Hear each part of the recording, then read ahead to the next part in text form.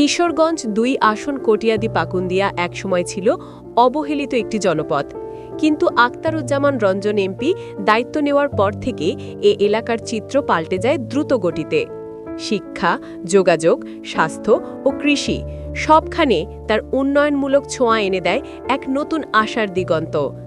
স্থানীয়দের ভাষায়, রঞ্জন এমপির থাকাকালীন সময় গ্রামীণ সড়ক সংস্কার, নতুন শিক্ষা প্রতিষ্ঠান স্থাপন, স্বাস্থ্যসেবা সম্প্রসারণ ও প্রতিরোধে তার তৎপরতা আজও এলাকাবাসীর মুখে মুখে। মেজর আক্তার ২-৩বার এমপি হয়েছে আগে, এরপরে মুক্তিযোদ্ধা। আজকে এই ১৫ বছর ২০ বছর ধরে যে অরাজকতা ঘটছে, এখন যে ৫ই আগস্টের পরে যে ঘটনাটা ঘটতেছে, একমাত্র আমাদের কটিয়াদির পাকুন্দিয়া আমাদের জন্য, আমাদের সাধারণ লোকের জন্য নিরাপদ হলো মেজর আক্তার। মেজর আক্তার যখন এমপি ছিল তখন কটিয়াদির থানা নিয়েই আসন ছিল। তখন কটিয়াদির জনগণের অনেক উপকার, অনেক উন্নয়নমূলক কাজ উনি করেছেন। এবং পাশাপাশি আমাদের এলাকা সাদাবাজি উনি পছন্দ করে না, উনি নিজেও সাদাবাজি করে না, কাউকে সাদাবাজি করতেও দেয় না। আর এখন দেখা যাইতেছে দীর্ঘদিন যাবৎ বিভিন্ন বাস স্ট্যান্ডে, টেম্পো স্টেশনে ছেলেরা অটো রিক্সা চালাইতে গেলে ১০ টাকা ২০ টাকা সাদা এদেরকে দিতে হয়। তাহলে আমি মনে করি যে মেজর আক্তারের বিকল্প কটিয়াদির পাকুন্দিয়া কেউই নাই।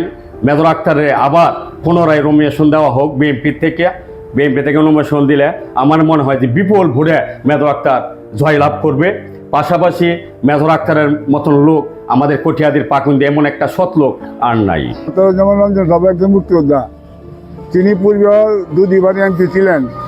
দেশের মধ্যে অরাজকতা বা লুটপাট চলতেছে, যে উনি যদি এমপি হিসেবে আমরা দেখতেছি, উনি এমপি হইলে দেশের দুর্নীতি দমন থাকবো। আমাদের এলাকার রাস্তাঘাট মনে করেন এই সরকারের আমলে যে এত এমপি এসে কোনো এমপি করতে পারে নাই। মেজর আখতারুজ্জামানের কামাই এটা সব। এই যে কারেন্ট মায়ান থেকে রাস্তাঘাট পিচ করা থেকে নিয়ে সব এটা আখতারুজ্জামানের। আমরা এটা নিয়ে গর্ব। আপনাদের সন্তানদের লেখাপড়ার না, উনি কলেজ করছেন, স্কুল কলেজ করছেন, এগুলা আমাদের সন্তানের জন্যই করছেন বা আমাদের জন্যই করছেন। এগুলা উনির মতো এরকম এমপি হইতে পারে না, আমি দেখি নাই আমাদের বয়সে। আমি চাই আবার আমাদের মতো লোক যারা আছে সবাই চায় যে মেজর আখতারুজ্জামান আবার আসুক, আমরা দেখতে চাই তার মতো একটা এমপি। মেজর আখতারুজ্জামান ২০১৮ সনে ৩০শে ডিসেম্বরে নির্বাচন করিয়েছিল। উনি আমাদের আসনে আমাদের সাবেক এমপি নূর মোহাম্মদের সাথে প্রতিদ্বন্দ্বী প্রার্থী ছিলেন। আমার ব্যক্তিগত কেন্দ্র যেটা, এটা আমরা ১৮০০ ভোট দিয়েছিলাম মেজর আখতারুজ্জামানের ধানের শীষের প্রতীকে। উনি একজন মুক্তিযোদ্ধা, ওনার ছোট ভাই আনিসুজ্জামান খোকন উনি একজন মুক্তিযোদ্ধা, এক মার গর্ভের দুই সন্তানই মুক্তিযোদ্ধা। এবং উনি ১৯৯১ সনে এমপি ছিলেন, ১৯৯৬ সনে উনি এমপি ছিলেন। এবং আওয়ামী লীগের প্রার্থী থেকে উনি ২ গুণ ভোট বেশি পেয়ে উনি বিজয় লাভ করেছিলেন। ওনার ব্যক্তিগত ইমেজ কটিয়াদির পাকুন্দিয়াতে ওনার বিশাল জনমত রয়ে গেছে, এখনো আছে, ভবিষ্যতে ইনশাল্লাহ থাকবে। উনি যতদিন জীবিত আছে ততদিন থাকবে। মেজর আখতারুজ্জামান এই কটিয়াদির পাকুন্দিয়ার কৃষক শ্রমিক জনতার নেতা।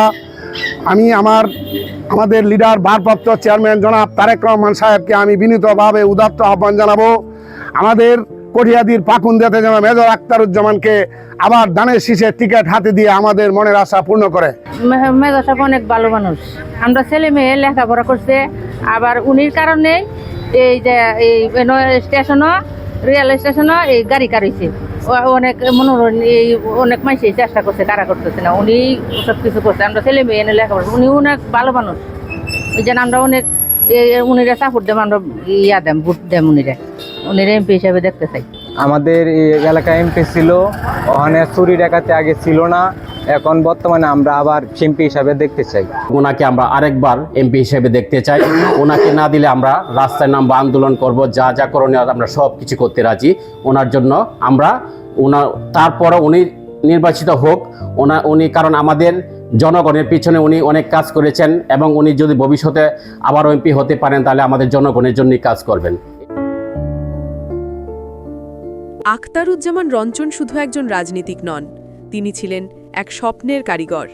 তিনি দেখিয়েছিলেন নেতৃত্ব মানে সেবা আর রাজনীতি মানে দায়িত্ব। তাঁর রেখে যাওয়া উন্নয়নই আজও বলে, রঞ্জন স্যারের মতো নেতৃত্ব আবারও কি দেখা যাবে?